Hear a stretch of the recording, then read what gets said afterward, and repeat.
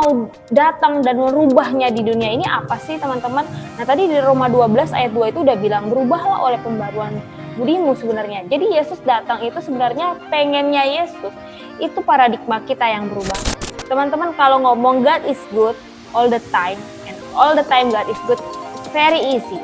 Tapi untuk menerima apa yang Yesus lakukan itu baik buat kehidupan kita, itu butuh paradigma yang sama kayak Tuhan.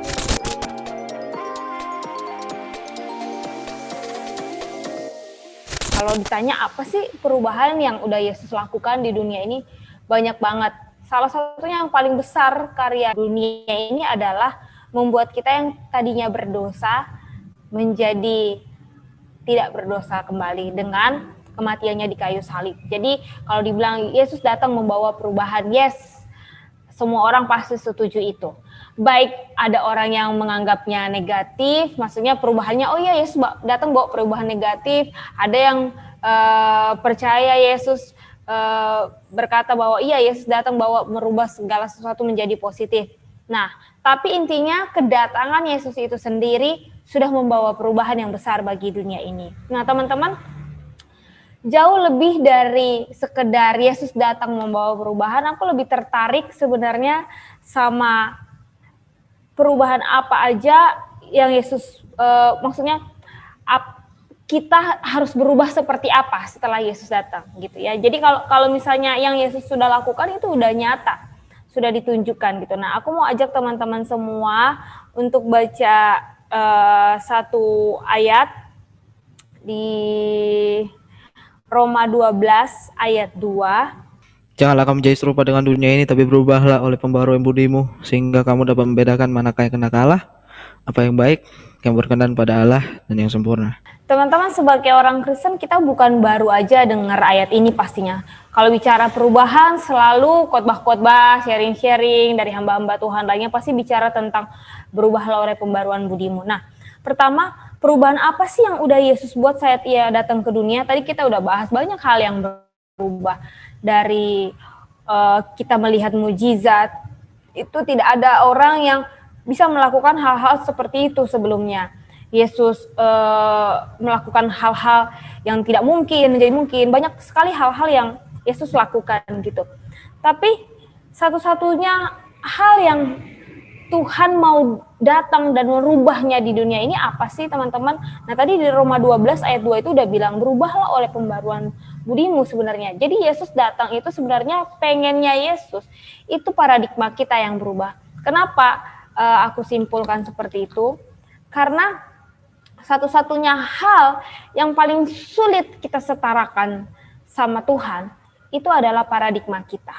Nah teman-teman coba deh berpikir gitu ya. Kemarin kalau ada salah satu teman-teman dari kampus YC yang follow Instagram saya, kalau nggak salah saya posting di Instagram, saya bilang virus COVID-19 itu membawa perubahan yang besar di dalam setiap kehidupan kita sepanjang tahun 2020 ini.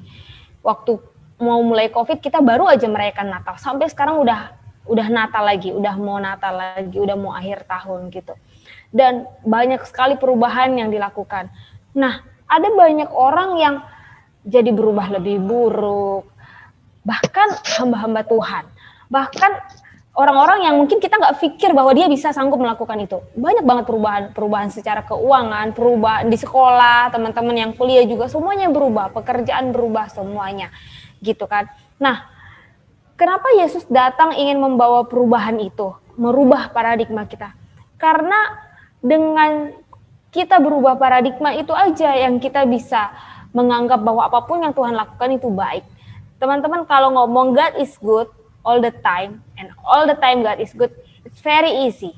Tapi untuk menerima apa yang Yesus lakukan itu baik buat kehidupan kita, itu butuh paradigma yang sama kayak Tuhan. Nah satu-satunya hal yang sulit banget gitu kita mengerti itu adalah cara pandangnya Tuhan, cara berpikirnya Tuhan. Gimana sih kok bisa Tuhan itu baik dalam kondisi yang seperti ini? Itu nggak bisa.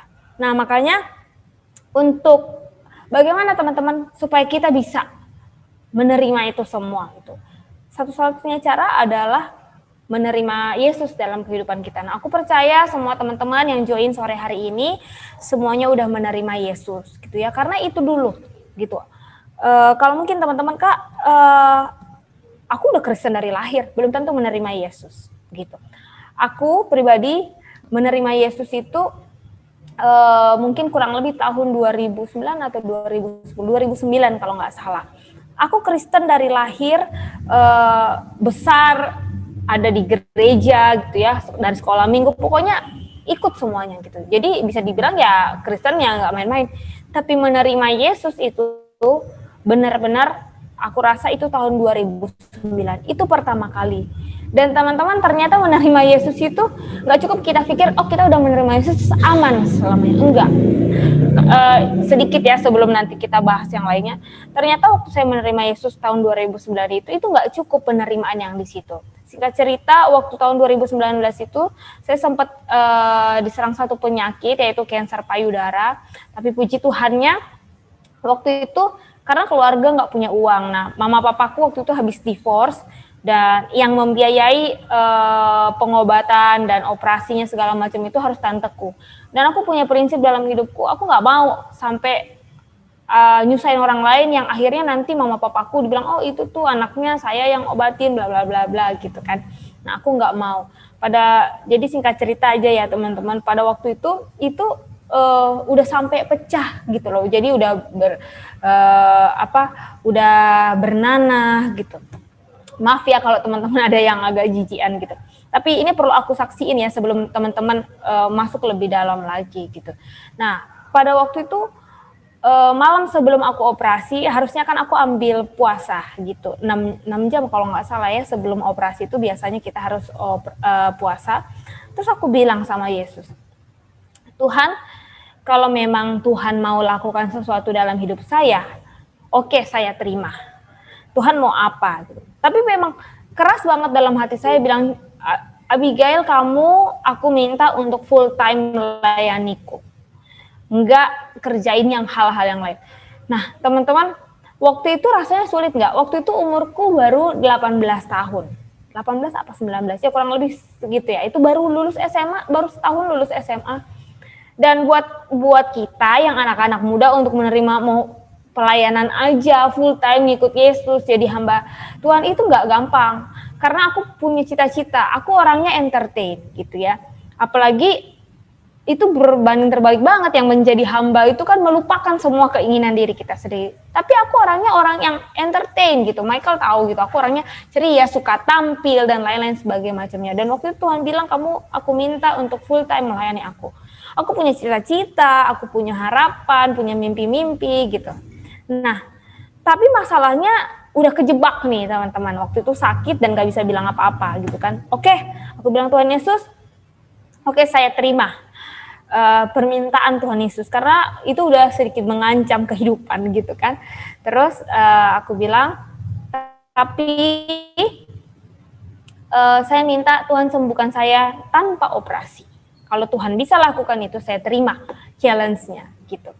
Nah singkat cerita besok paginya aku pergi ke dokter, periksa dan mau ambil surat untuk rujuk operasi bla bla bla segala macam. Pasti ronsen, dokternya bilang Abigail nggak perlu operasi. Terus aku di ruangan itu sendiri aku lompat, aku bilang that's my Jesus gitu. Itu Tuhan Yesus yang lakuin dalam hidup saya. Aku ngomong sama dokternya, saya masih ingat banget nama dokternya itu Dokter Ramadan, dokter terbaik kanker nomor 2 di rumah sakit Darmais. Nah, karena yang nomor satunya itu Kristen, tapi waktu itu sedang bertugas, jadi kita pakai yang itu. Buat saya, wah Yesus luar biasa banget waktu itu. Tapi nggak cukup sampai di situ. Saya pikir ya udah melayani aja gitu kan, dulu waktu itu kan jadi singer, jadi WL gitu kan, guru sekolah minggu. Tapi Tuhan nggak cukup sampai di situ.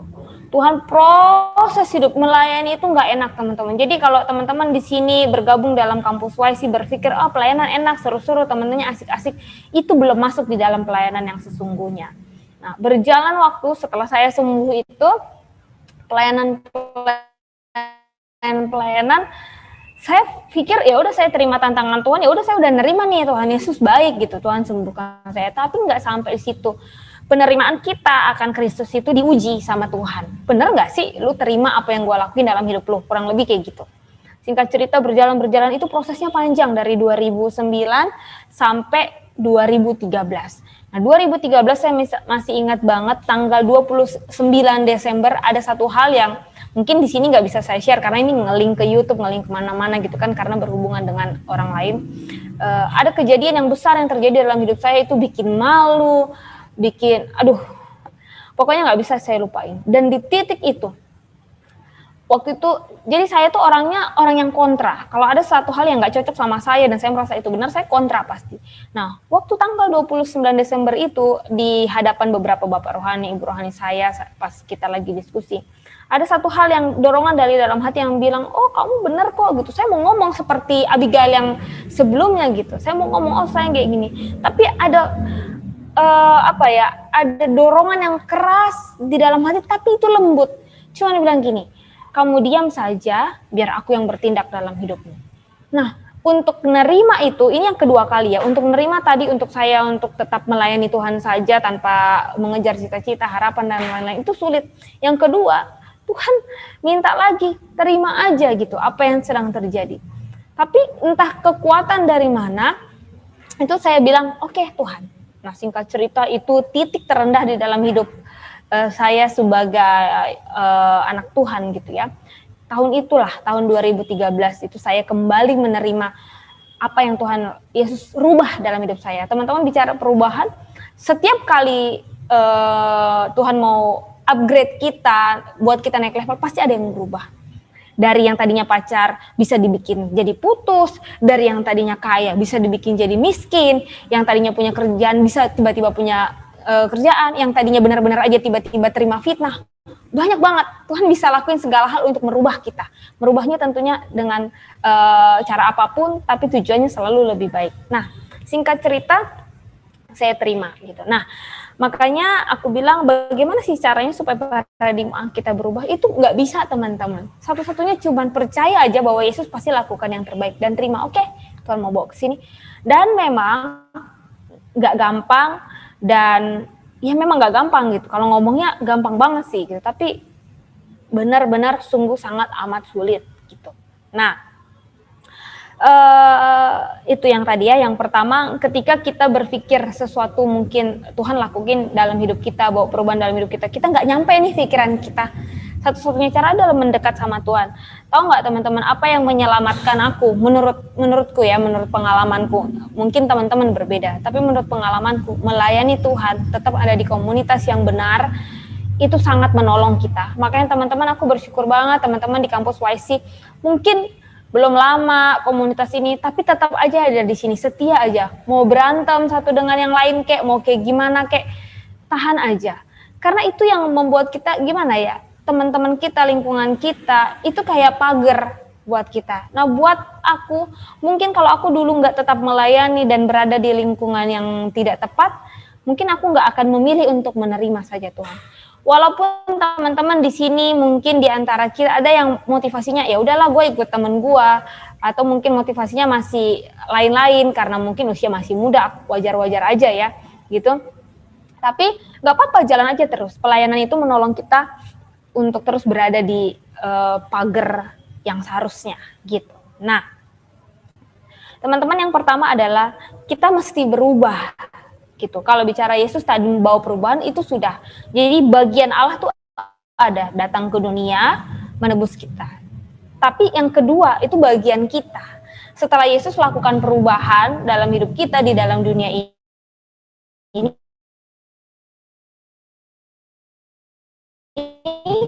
what next? Tuhan udah adalah kita yang berubah. Caranya apa? Menerima yang tadi, menerima Allah. Caranya bagaimana? Apa aja yang Yesus lakukan di dalam hidup kita? Kita percaya bahwa itu baik adanya buat setiap kita. Yang kedua adalah berubah, ikut sama teladannya Yesus gitu. Gimana cara teladannya? Kita baca firman Tuhan di Filipi 2. Teman-teman bisa buka Alkitabnya kalau ada Alkitabnya. Filipi 2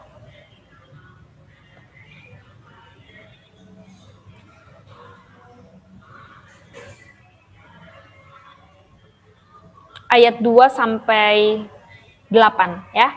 Aku bacain buat teman-teman. Karena itu sempurnakanlah sukacitaku dengan ini.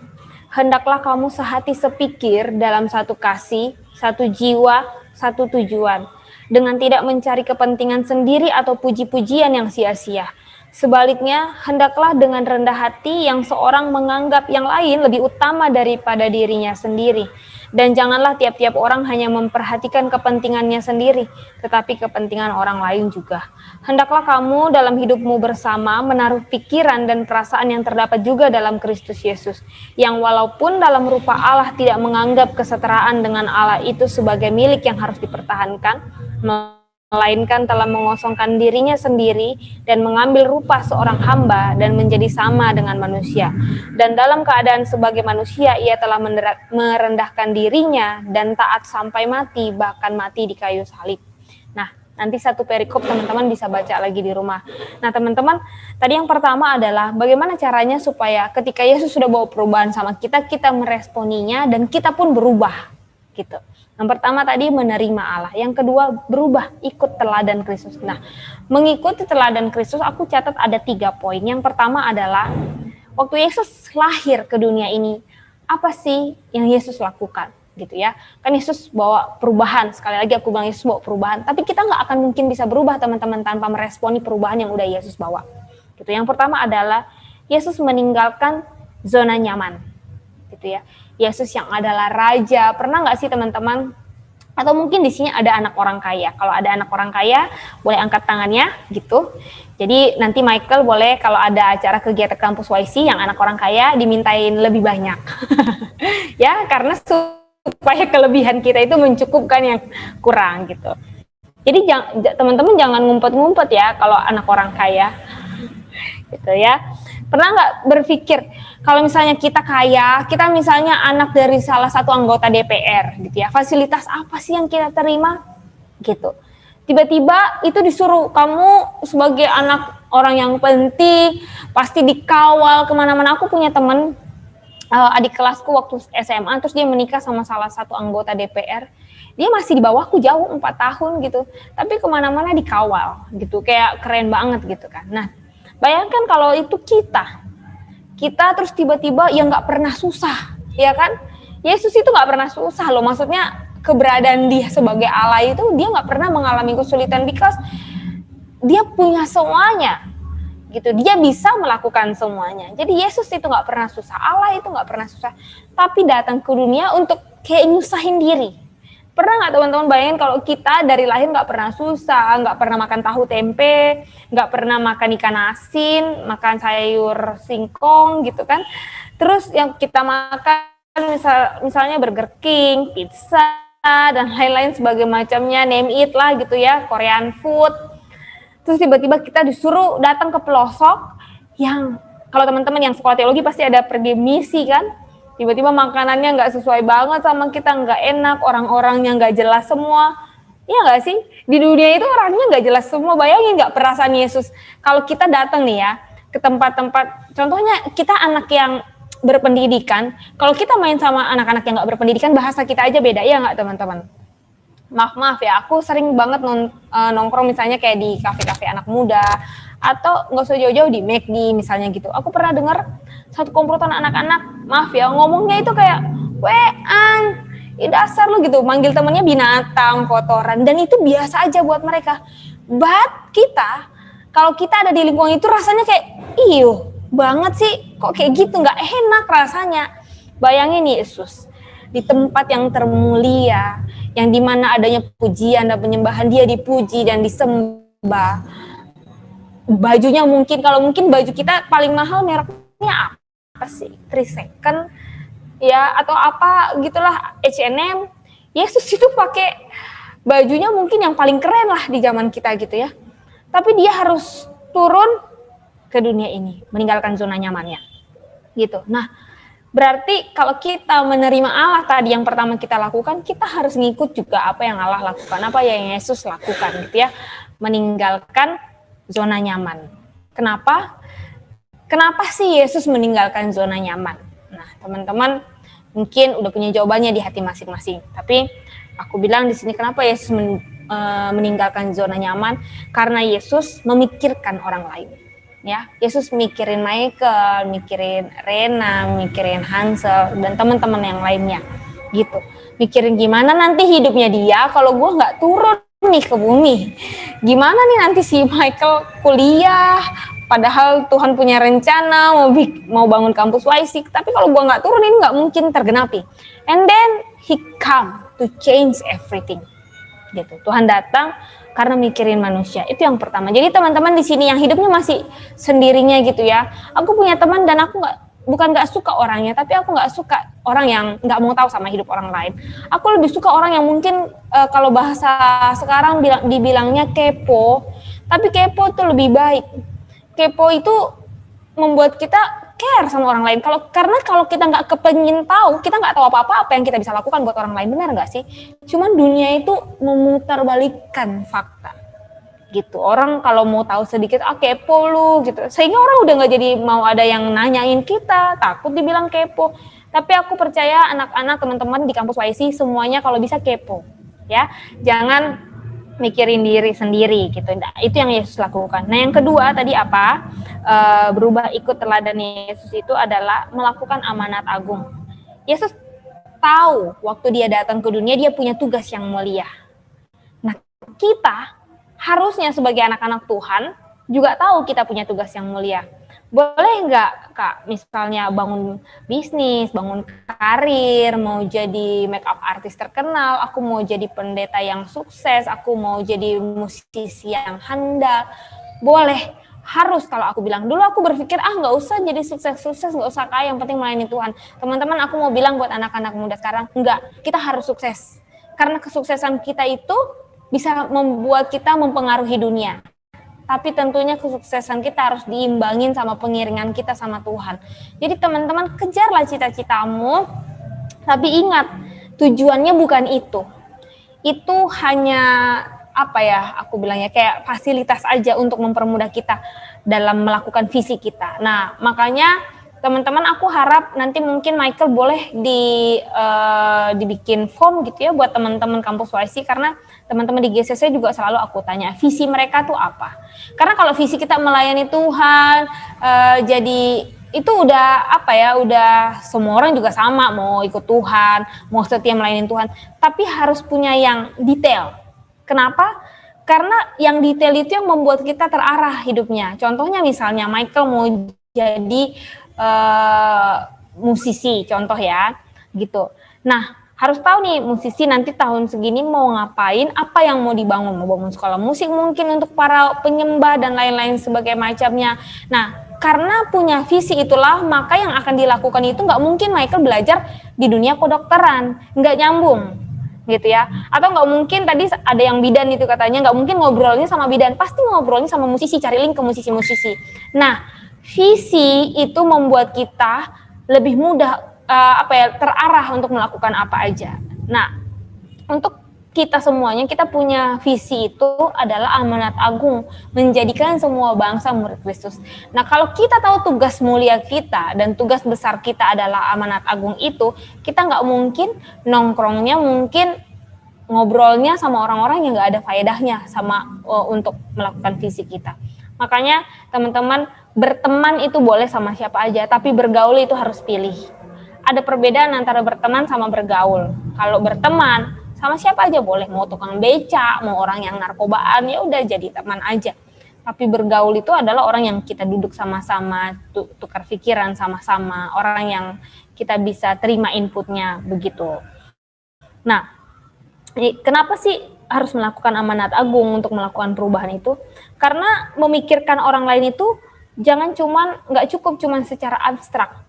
Aku mikirin nih ya, misalnya Michael memikirkan Rena gimana ya hari ini, kayak tadi kan Michael nanyain hari ini gimana seminggu kemarin, itu nggak cukup.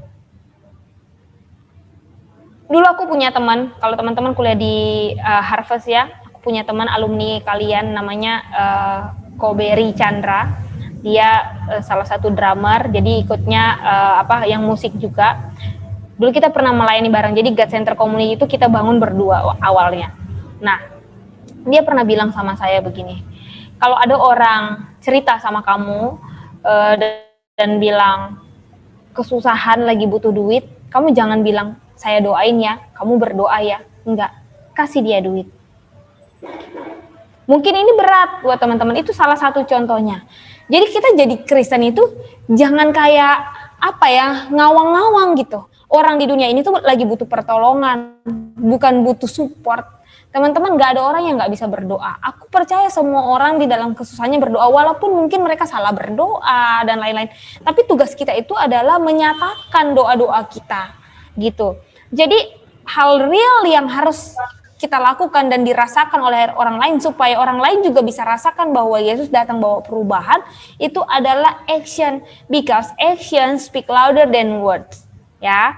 Nah, memikirkan orang lain bukan secara abstrak, melainkan ada tindakan nyata gitu. Boleh nggak kita fellowship, terus ngomongin firman, mungkin live di mana-mana kita sharing firman Tuhan, boleh. Tapi lebih dari sekedarnya itu, teman-teman di rumah, buat keluarga yang paling dekat, what you do gitu. Buat sahabatmu yang terdekat gitu. Kalau selama kita bersahabat, terus kita waktu teman kita sharing susah duit, kita cuma bilang ya udah lu yang kuat ya, mudah-mudahan cepat ada solusinya. Terus kita nggak pernah seumur hidup kita bersahabat kita tolongin dia, sama aja bohong ya. Kalau ada orang cerita kehidupannya, makanya menjadi hamba Tuhan itu susah teman-teman. Saya bilang bukan susah yang kayak gimana ya, tapi sulit gitu. Karena menjadi hamba Tuhan itu harus buka telinga dan buka hati selebar-lebarnya. Bukan hamba Tuhan itu bukan pendeta ya, bukan nanti Hansel ketika udah lulus sarjana teologi, bukan cuma Hansel, tapi siapapun di sini tadi yang jadi bidan, you are a servant of God gitu. Kemarin kita habis Natal temanya I am servant ready to serve. Ya, kita harus siap melayani. Makanya teman-teman kalau belum siap banget, jangan mungkin agak keras ya ini. Jangan ngaku-ngaku orang Kristen. Jangan ngaku-ngaku anak Tuhan. Karena kapanpun tindakan kita, kelakuan kita, respon kita sama orang lain itu bisa merubah pandangan orang terhadap kekristenan, pandangan orang terhadap Yesus. Padahal Yesus nggak seperti apa yang kita tampilkan gitu. Nah jadi kenapa waktu kita buka hati, buka mata kita, buka telinga kita, orang tuh bisa curhat apa aja. Nih di sini mungkin teman-teman nanti bisa saling sharing gitu ya. Siapa sih di antara kalian yang paling sering banget jadi tempat curhatan orang lain? Kalau di komunitas kita ada tuh beberapa yang kalau curhat sama dia enak banget. Tapi ketika kita jadi tempat sampahnya orang lain ya, orang lain cerita ini segala macam, nggak cukup kita cuman dengar. Ada waktunya kita harus mikir untuk bertindak gitu. Nah, aku ya teman-teman tahu tadi dari 2009 sudah mendedikasikan hidup untuk melayani Tuhan. So nggak punya duit banyak teman-teman, ya, nggak punya gaji yang tetap. Even aku melayani di gereja, I never take PK dari gereja. Ya. Sampai hari ini sebagai worship leader aku pernah melayani di gerejaku sebelumnya. Aku buka nih ya, karena kadang-kadang orang bicaranya terlalu tabu sehingga iblis tuh pakai gini. Aku dari dulu melayani di gereja lokalku itu, Michael tahu gitu, karena dia melayani di situ, kita tahu kita terima sama-sama berapa rupiahnya. Bahkan sometimes kita nggak terima ya, nggak kalau gitu kan. Tapi itu bukan ukuran kesetiaan kita sama Tuhan. Nah untuk melayani Tuhan udah nggak terima, kadang kita dituntut Tuhan harus memberi, iya nggak sih? Kayaknya rasanya sumbernya aja nih nggak ada nih Tuhan, tapi Tuhan kok suruh saya memberi, dan itu sering banget aku alami. Teman-teman sampai 2 tahun lalu aku bilang sama anak-anak GCC, mulai hari ini saya mau berhenti mementoring. Kenapa? Waktu itu aku marah gitu sama anak-anak. Kenapa? Karena ini anak udah di-mentoring, udah dibiayain gitu. Karena kan kita di GCC itu kan saling membiayai gitu. Kita persembahan semuanya itu ditujukan untuk support teman-teman yang diusir dari rumahnya sama orang tua, yang mereka udah kehilangan virginitas mereka, tapi malu mau di-mentoring dan orang tuanya titip di kita. Nah, itu yang kita lakukan di GCC, dan kadang-kadang kita harus bayarin mereka kos, karena kita nggak bisa lepasin mereka. Nah, pelayanan yang seperti ini sulit, kita nggak bisa lepasin mereka karena mereka bisa jatuh lagi ke dunia mereka. Jadi mau nggak mau kita harus pegang mereka, sementara mereka nggak mungkin kita bisa pegang kalau kehidupan mereka nggak dipenuhi. Nah, itu kita penuhi, kita bayarin kos, tapi ada aja yang dalam tanda kutip nggak tahu diri gitu kan. Waktu itu saya sempat bilang kayak gitu. Nah, teman-teman, aku sama teman-teman itu bukan orang yang mungkin kalau kita udah berkeluarga, udah cukup mapan keluarganya, terus kayak terjun di pelayanan sepertinya itu oke gitu ya. Tapi sebagai orang, nah mungkin nanti Michael juga merasakan gitu kan, sebagai orang yang menyatakan diri, I am a leader for this community, aku ketuanya, aku yang bertanggung jawab, aku foundernya, kita nggak bisa cuman kayak lalalala gitu, nggak bisa. Tapi kita harus tanggung semuanya. Dan sometimes sebagai orang Kristen itu hal yang membuat aku berat banget. Tapi kalau itu kita nggak lakukan, orang nggak akan tahu bahwa Yesus datang bawa perubahan. Karena hari ini perubahan yang Yesus bawa itu nggak jejeng, tiba-tiba Tuhan turun dari langit dan memberikan perubahan buat hidup seorang, enggak. Tuhan pakai kita, teman-teman, untuk merubah semua orang-orang yang mungkin lagi bertanya, mana Tuhan? Gitu. Nah, itu yang harus kita lakukan. Jadi teman-teman, apapun yang kita punya hari ini itu bukan punya kita sepenuhnya. Sometimes kita harus pecah itu walaupun kita kekurangan. Tapi percaya, di ayat firman yang lain, firman Tuhan bilang kayak gini, benih itu datangnya Tuhanlah yang memberi benih. Kita penabur tuh cuma namburnya. Jadi percayalah, pasti ada benihnya. Benihnya itu nggak selalu dalam bentuk materi. Benihnya tuh banyak banget, ilmumu, tenagamu, keringatmu, kasih sayangmu, bahkan sometimes pelukanmu. Buat orang lain itu berarti banget. Nah, ketika kita mendengar kesulitan orang lain, artinya kita siap untuk melayani orang itu, bukan cuma mendoakannya, tapi untuk menolong hidupnya, gitu ya. Jadi aku berdoa juga buat teman-teman kampus YC, nanti kalau misalnya PSBB udah kelar, ada pelayanan yang sama-sama, itu ayo kita sama-sama action. Nah, yang ketiga, yang terakhir itu adalah cara satu-satunya juga yang merubah banyak hal adalah menjadi korban. Yesus lahir tadi meninggalkan zona nyaman, terus selama hidupnya dia melayani, mungkin orang bilang 3,5 tahun, tapi dari kecil itu dia udah melayani. Melayani di mana? Di rumahnya, menggantikan bapaknya menjadi tulang punggung buat adik-adiknya, itu pun melayani gitu ya. Nah, yang ketiga adalah apa? Menjadi korban di kayu salib. Lengkap perubahan yang Yesus lakukan, 3 itulah yang merubah dunia. Dia lahir, dia tahu apa yang harus dia kerjakan. Yang ketiga, dia mati berkorban buat orang lain. Saya catat di sini, menjadi korban sama dengan tumbal atau tameng atau menjadi taruhan. Teman-teman, siapa yang pernah mungkin temannya bikin salah, tapi lu sebagai leadernya mungkin sebagai temannya jadi tameng mulu yang nanggung kesalahan yang dia bikin. Jangan kesel, mohon bersabar, karena memang itulah tugasmu sebagai anak-anak Tuhan ya. Jadi tumbal, pelayanan yang berarti itu selalu menuntut adanya pengorbanan.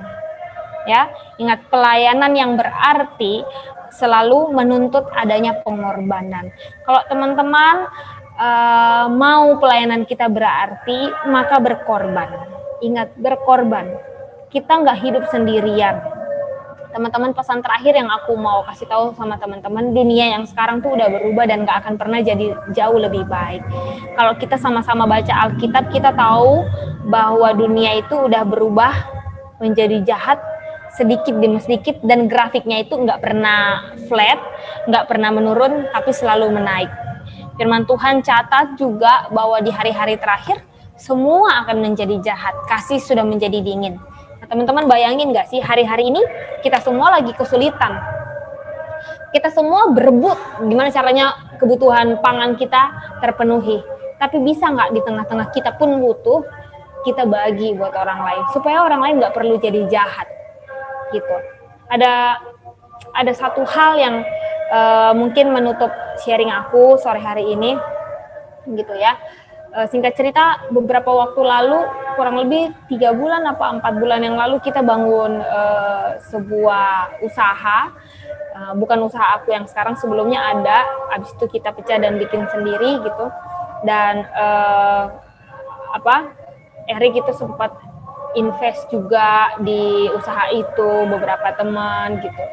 Dan awalnya tujuan kita adalah pelayanan gitu ya.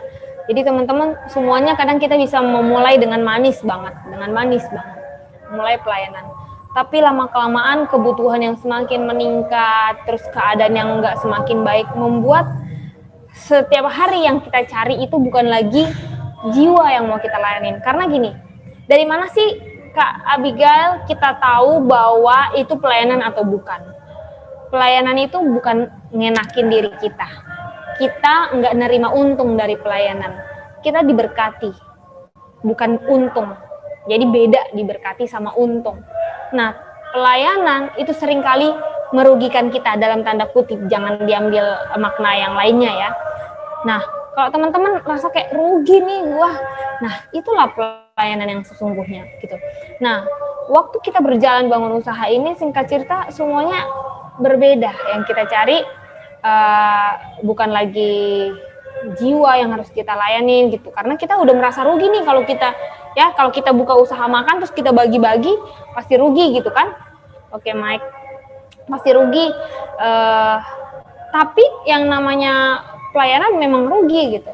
Akhirnya kita carinya untung dan semuanya berubah gitu. Akhirnya kita stop, aku sama teman-teman, sama Erik itu kita stop dari situ dan kita membuka yang baru dan kita bilang oke, ini pure, kita nggak sangkut pautin sama pelayanan, ini benar-benar bisnis. Tapi kalau teman-teman masing-masing mau memberi buat pelayanan itu hak teman-teman semuanya gitu. Nah, kenapa sih aku sharing singkat soal ini? Karena teman-teman kadang-kadang kita bisa memulainya dengan visi yang bagus, tapi di tengah-tengah jalan kita bisa berubah, apalagi di akhirnya kita bisa semakin berubah. Nah, makanya teman-teman tetap untuk baca firman, tetap untuk menyembah Tuhan. Aku suka sama komunitas yang tetap bangun pujian dan penyembahan, dan Michael terus untuk lakukan itu, karena itu membuat hati kita damai gitu ya. Di kafe tempat aku kerja dan bangun usaha, kadang-kadang kan itu umum ya, jadi pasang lagunya harus umum. Setiap kali aku udah denger kapasitas lagu yang sekuler itu udah jauh lebih banyak dari rohani, itu kerasa banget hati nggak damai, terus kayak lebih gampang marah. Itu kayak gimana ya, kalau roh kan di dalam kita tuh ada rohnya Tuhan, dia itu harus kenanya sama yang roh Tuhan juga gitu, nggak bisa datang dari dunia, itu kayak bertentangan banget gitu. Nah, makanya perbanyak hal-hal yang rohani daripada yang duniawi, dan itu memampukan kita untuk tetap melayani. Dan aku percaya ketika kita melakukan itu, maka kita juga menjadi Kristus kecil yang merubah dunia.